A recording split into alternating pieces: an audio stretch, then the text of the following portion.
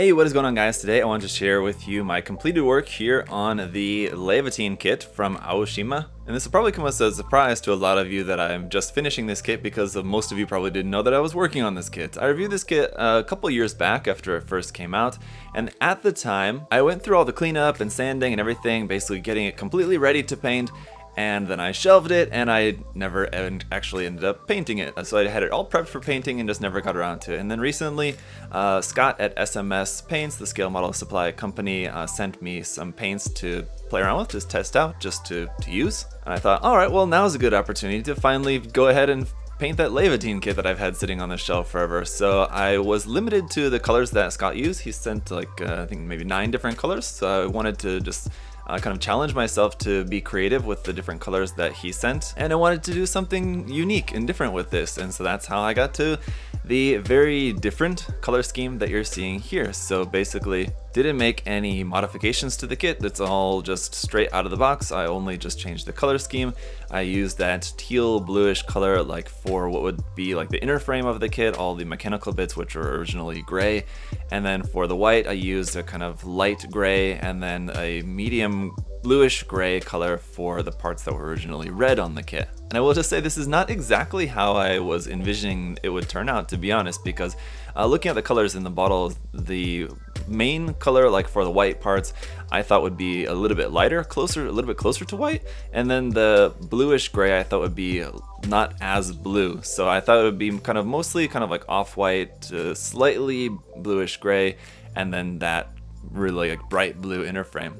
Once I started spraying the colors, I realized, okay, that light gray is not as light as I thought, and that kind of medium gray is a lot more blue than I expected. So the thing was all looking very blue with basically all different shades of blue on it. So then I thought, well, there's a little bit too much blue going on here. I need to kind of balance it out a little bit, and so that's why for the striping on it, which is originally orange, like the stripes going up the arms and legs on there, originally on the original design of this, it's orange, and so I was planning to do probably orange from the start, but then I kind of thought it's maybe like a little bit too bright and like it's a little bit too much, so I would just opted for, I believe it was Flat Earth actually. It was the like light brownish color that I used for that, which would add some warmth but not really be that bright. It's kind of subtle, but I did want to add some brightness with the decals. So again, another thing that I recently got in the mail was some decals and a bunch of tools and other stuff from Hobby Mio. If you guys missed that, you can go back and check that video out, but they also sent some decals in there,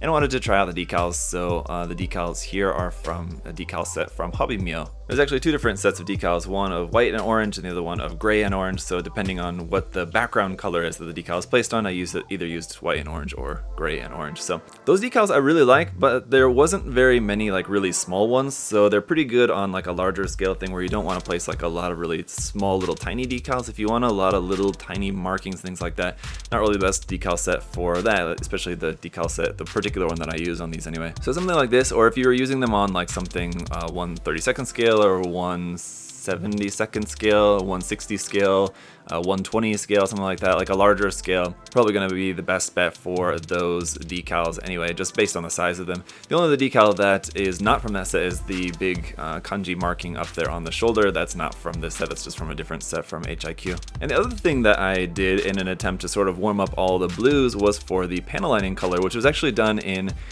orange mixed with gray, which I thought would make just kind of a darker, duller orange color, but interestingly I found out that when you mix orange and gray, it made like a kind of olive color actually. I don't know how that works, but somehow that's how it came out. So the panel, I just thought, okay, well, I'll just go with that. I'll try it out and see how it looks, and I think it came out pretty okay. So the panel lining is all done like a kind of interesting olive kind of color.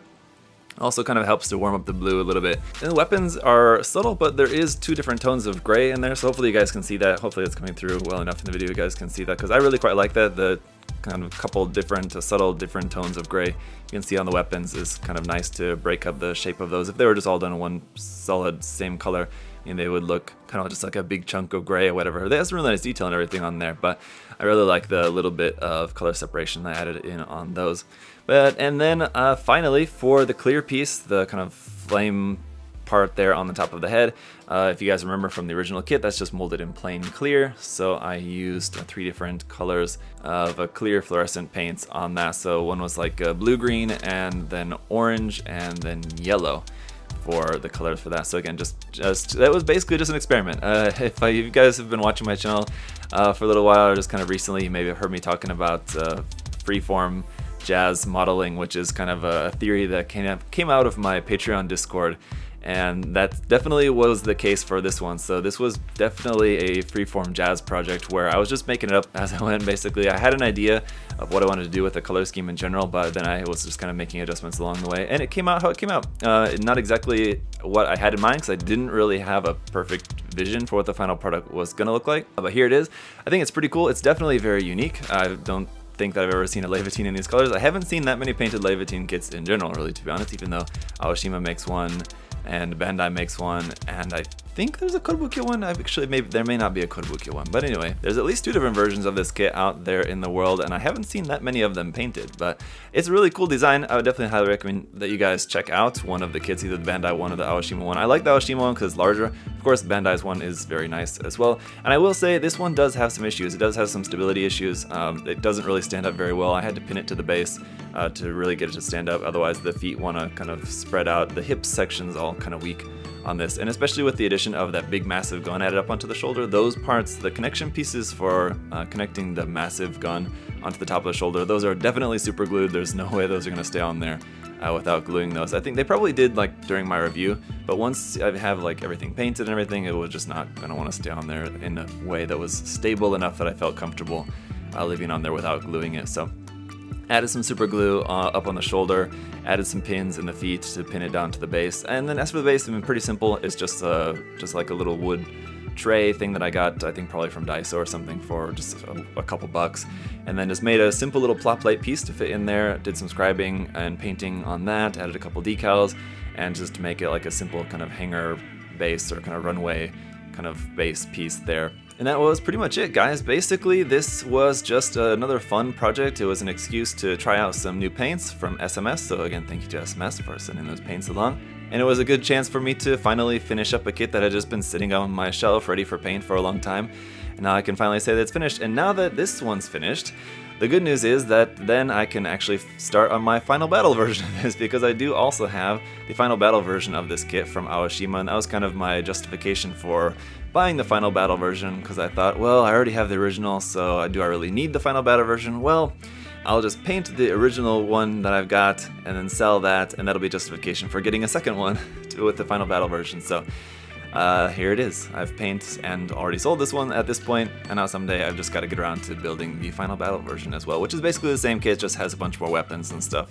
I think it also has like the flight pack on it, so it is a very cool kit as well. I'm looking forward to building that, and I will have to do that at some point. If you guys are like interested in seeing that review, let me know, and I'll do that maybe sooner than later. It wasn't something that I had planned on doing anytime soon, but if I know that there's a bunch of you guys that are really interested in seeing that, maybe let me know, and I'll try to get to that. But that's about it for this video, guys. Nothing really too much else to say about this. It's a fun project, a very experimental project with the color scheme, so I'm interested to hear what you guys think about that. I'm sure it'll appeal to some and maybe not to everyone, but it was a good chance to try out some decals, try out some paints from some companies which are not the ones that I typically use, so it's always good to try out new things, and I think this came out looking pretty cool. But let me know your thoughts down in the comment section below. As always, thank you to USA Gundam Store for making it all possible. Although it's not too easy to get different Aoshima kits in the US, we do have some from time to time there at USA Gundam Store, so you can check the link to USA Gundam Store down in the video description down below, and there's a coupon code for you guys to use on the site there as well. If not Aoshima, obviously there's plenty of different Bandai and Kotobukiya kits and everything else on there for you guys to find. So